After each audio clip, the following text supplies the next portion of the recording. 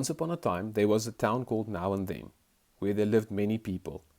The people of the town were divided into two groups, the Nows and the Thens. The Nows were very busy people, always in a hurry.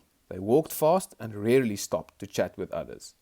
The Nows had a lot of money, but no friends, because they were too busy working hard for money to make friends. The Thens, on the other hand, were less busy than the Nows. They never did anything in a hurry and always made time to chat with those around them. The Thens didn't start or finish much, they just lived. And because they didn't work hard, they didn't have enough money for food, so they mostly went hungry. The Nows and the Thens rarely spoke to each other. The Nows thought the Thens were lazy, while the Thens thought the Nows were selfish. Every now and then, when the townspeople had a fight, they would call the town's policeman, Sergeant Law, to try and figure out what had to be done. Sergeant Law had a limp because when he was a young policeman, he broke his hip after he tripped over a Then who was laying idle on the sidewalk. His wife, Miss Order, who he loved very much, only had one eye because she lost the other in an accident with a rushed Now. Nowandthen did not have many visitors, so the people were surprised when one day a girl called Always arrived in town. As Always walked through the town, everybody stopped and looked at her, even the Nows, who were normally too busy to pay attention. After a while, some strange things were happening in town. Rumors of Nows stopping to chat with Thens, and Thens protecting Nows from harm were spreading. When Sergeant Law heard about these rumors, he decided that he wanted to investigate them for himself. So after he and Miss Order had coffee, he greeted her and set off to make sense of the things he had heard. Inspector Law was walking in town when he saw a Then who was smiling from ear to ear while rubbing his round belly. This was funny because even though the Thens tended to smile, they were always very thin and hungry because they did not work and therefore could not buy much food like the Nows.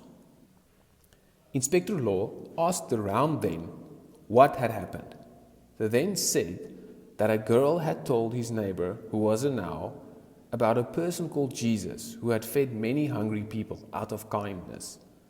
After the Then's neighbor heard the girl's story, he came over to the Then's house with a whole lot of food and quickly gave it to the Then, who ate it very slowly. Inspector Law thought that this was a strange story. But as he was talking to the Then, he saw something he had never seen before. A Now and a Then were speaking to each other. Inspector Law limped over to them and stared. He was amazed. After a while of staring, the Then looked at him and asked what was wrong. Sergeant Law said that he was shocked to see them speaking. The Then explained that a girl had spoken to him about how someone called Jesus had always had many different friends, and that he said that he had come to be friends with everyone, not just those people that was like him. The girl said that this was the reason she also tried to make friends with people that were different from her, and that she had enjoyed making so many different kinds of friends. This made the Then wonder if he could try and be friends with a Now.